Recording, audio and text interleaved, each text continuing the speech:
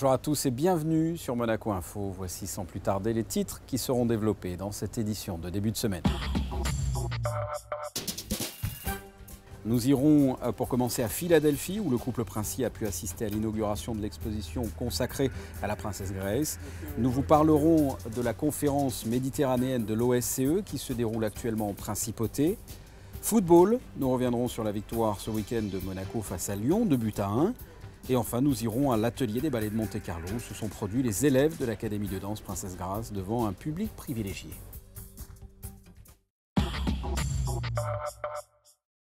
Nous débutons ce journal avec l'exposition consacrée à Grace Kelly. Cette exposition poursuit son itinérance. Elle fait aujourd'hui étape là même où a grandi la princesse, à Philadelphie.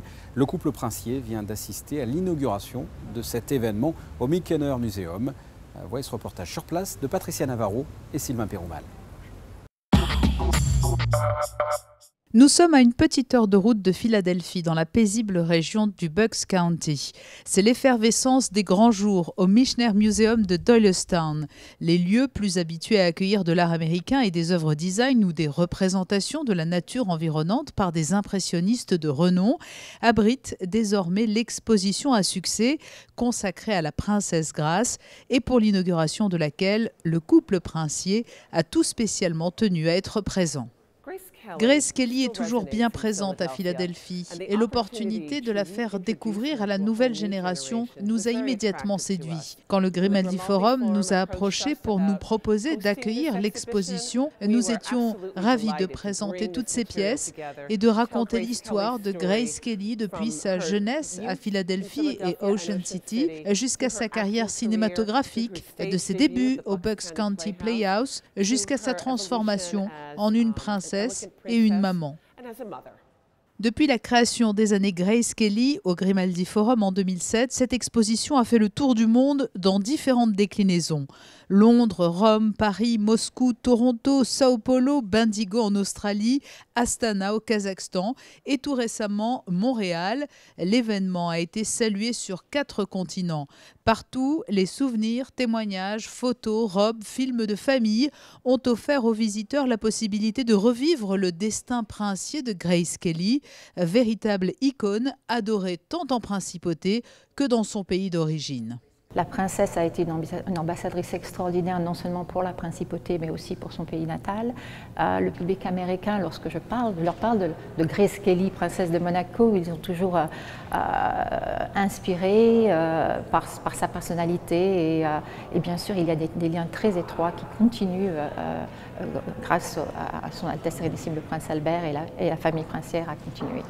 Et c'est avec beaucoup d'émotion que le prince Albert II est venu découvrir, avec la princesse Charlène, cette exposition organisée dans le berceau de la famille Kelly. Je crois que c'est tout simplement très émouvant et très particulier que de présenter cette belle exposition non seulement à des personnes qui l'ont connue et qui sont toujours en vie ici à Philadelphie, mais pour les jeunes générations, comme nous le faisons aussi, comme ça a été le cas dans les autres expositions, que les jeunes générations puissent découvrir ce qu'était ma mère, ce qu'était la princesse Grace, ce qu'était l'actrice, mais ce qu'était aussi surtout la mère de famille et la personne tellement humaine qu'était ma mère.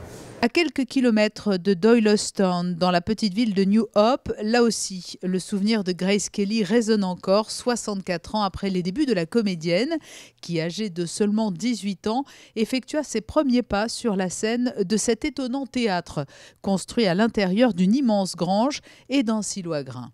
About 10 years after the Playhouse was created, 10 ans après la création du Bucks County Playhouse, un programme a été spécialement créé pour de jeunes comédiens et des cours ont été donnés à 1 ou 2 personnes ayant un potentiel extraordinaire.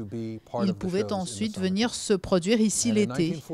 Et en 1949, Grace Kelly, avant qu'elle ne devienne la princesse Grace, est venue jouer au Bucks County Playhouse. Elle a participé à 2 spectacles cette première année.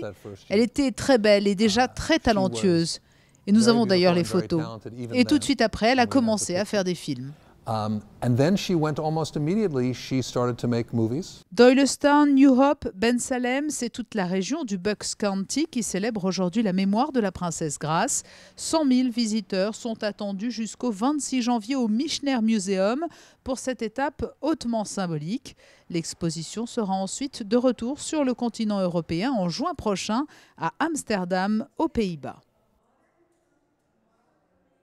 On revient à Monaco pour parler de l'Organisation pour la sécurité et la coopération en Europe. La conférence méditerranéenne de l'OSCE se déroule en ce moment même en principauté et ce jusqu'à mardi. Le renforcement du rôle des femmes dans la vie publique, politique et économique est au cœur des débats. Vanessa Dessy vous en dit plus. Favoriser le dialogue et la négociation entre l'Est et l'Ouest européen, c'est justement le rôle de l'Organisation pour la coopération et la sécurité en Europe. L'approche de la sécurité est reflétée par des principes basés sur 3 dimensions, politique, économique et humaine. L'organisation est basée sur le dialogue. L'organisation est basée sur le dialogue. Avant toute chose, il faut identifier le problème de la sécurité, car l'OSCE s'occupe de la sécurité. Nous cherchons à résoudre ces problèmes à travers des méthodes pacifiques, des dialogues, médiation et prévention de conflits. Ce sont les méthodes de travail de l'OSCE qui comprend un grand nombre de pays participants venant d'Amérique du Nord, d'Europe, de Russie et de pays d'ex-Union soviétique. Nous avons également une vision d'Europe sud-est avec les Balkans. Nous pouvons ainsi résoudre les problèmes dans tout cet espace.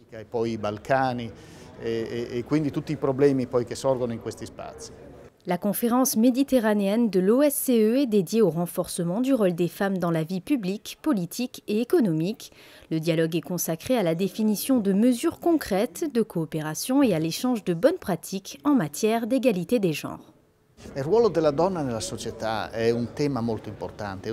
de la femme dans la société est très important. C'est pour nous un thème essentiel dans la sécurité.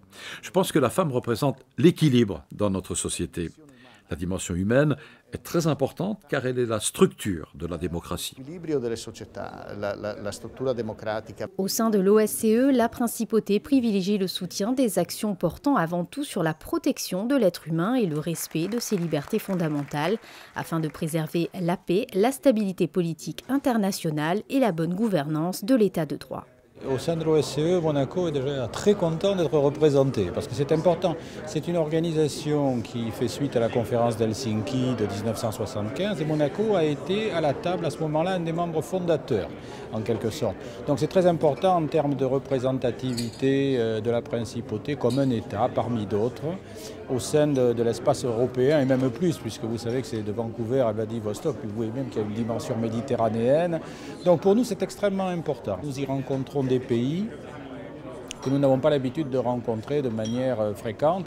Ça a été pour nous une excellente plateforme de contact. Par exemple, les relations avec le Kazakhstan, avec la Mongolie se sont développées à travers l'OSCE. De septembre à décembre 2014, Monaco assura la présidence du Forum de la coopération en matière de sécurité. L'occasion pour la principauté de s'affirmer davantage sur la scène internationale, d'accroître sa visibilité et de nouer des contacts de haut niveau. En bref, on reste du côté de Fontvieille. Le chanteur français Ben l'Oncle Soul a donné un concert à l'espace Léo Ferré ce dimanche. On écoute un extrait.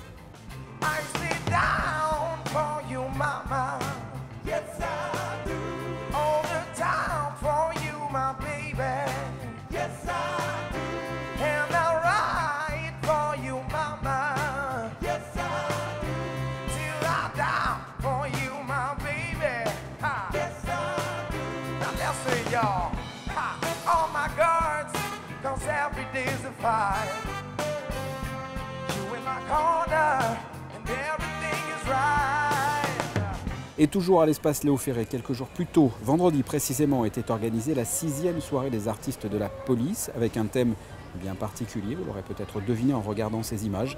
Une soirée love. Cupidon s'est même déplacé pour l'occasion en compagnie également de plus de 500 personnes. C'est une soirée caritative au profit des orphelins de la sûreté publique. Les élèves de l'Académie de danse Princess Grace ont pu montrer l'étendue de leur travail ce vendredi à l'atelier des ballets de Monte-Carlo devant du public et notamment Son Altesse Royale, la Princesse de Hanovre. Reportage de José Sacré. Ces imprévus à l'atelier des ballets de Monte-Carlo étaient le premier spectacle donné par les 41 élèves de l'Académie de danse Princess Grace après la fusion en janvier dernier de l'école de danse avec la compagnie des ballets. C'était l'occasion pour Luca Massala d'inviter en quelque sorte le public au sein même de l'Académie de danse afin de montrer les différentes étapes de la formation d'un élève, en commençant bien sûr par la classe, le pain quotidien de tous les danseurs et 3 pièces de Jean-Christophe Maillot notamment. Ce n'est pas vraiment un spectacle, c'est le stade avant le spectacle, c'est une préparation. C'est important pour les élèves d'avoir ce moment devant un public, surtout parce qu'on s'attache à des œuvres très importantes de Jean-Christophe Maillot. On le fera pour le spectacle du 11 décembre à l'Opéra Garnier. Plus au public, on va montrer l'enseignement qu'on fait à l'Académie, classique, contemporain, des classes de composition.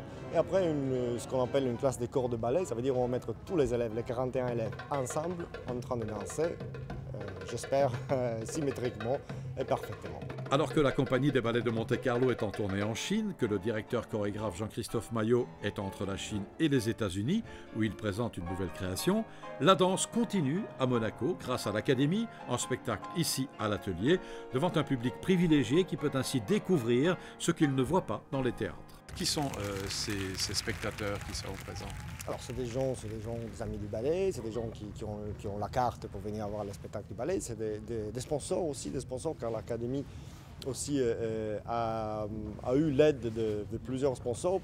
Pour quelles raisons? Pour aider l'arrivée de certains élèves. J'ai des élèves qui viennent de situations comme les Brésiliens, de situations dramatiques, économiques dramatiques, qui peuvent être là grâce à des sponsors qu'on a. Alors c'est aussi une façon de les remercier, de venir voir aussi.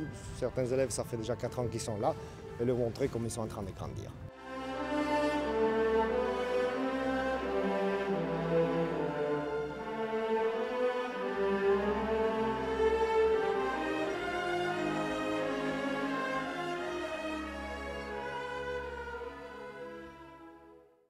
À l'occasion des 130 ans de l'Alliance française, la pièce de théâtre Comtesse de Ségur, née Rostopchine, a été jouée jeudi dernier au Théâtre des Variétés. La comédienne, sociétaire de la Comédie Française, Bérangère Dautin, s'est glissée dans la peau de la célèbre romancière. Christine Natomel a eu le privilège de rencontrer la comédienne à quelques heures de montée sur les planches. Je me le jure, à moi, ça n'arrivera pas. Je ne serai jamais comme ça, je serai indulgente avec mes enfants. Cette pièce a pu être créée ici, à Monaco, grâce à Alain Pastor, qui est donc le président de l'Alliance française, et à qui Pascal Vitiello, metteur en scène, et moi-même avons parlé de ce texte. Ça lui a plu et il a dit mais nous allons faire cette manifestation pour les 130 ans de l'Alliance française. Et j'avoue que pour moi, qui suis tout de même Comédie Française, voilà, c'est quand même aussi un honneur, je trouve, parce que Comédie Française, Alliance Française, c'est quand même beaucoup de belles choses officielles. Et c'est beau toujours de célébrer des événements pour la langue française, parce que je sais que de par la Comédie Française, notre mission est de promouvoir la langue française dans le monde entier. J'ai vu le plus gigantesque des incendies, le plus effrayant des incendies. Il rejoint l'horizon. Moscou, ses maisons de bois, ses coupoles en or, ses églises, ses ponts, ses musées. Toute la ville brûle. C'est affreux à dire, mais c'est presque beau. Alors comment on entre dans la peau de ce personnage, qui est quand même un personnage mythique, la comtesse de Ségur? Eh bien, d'abord c'est un choc quand on vous le propose, parce que on se dit la comtesse de Ségur, bon, quelle idée.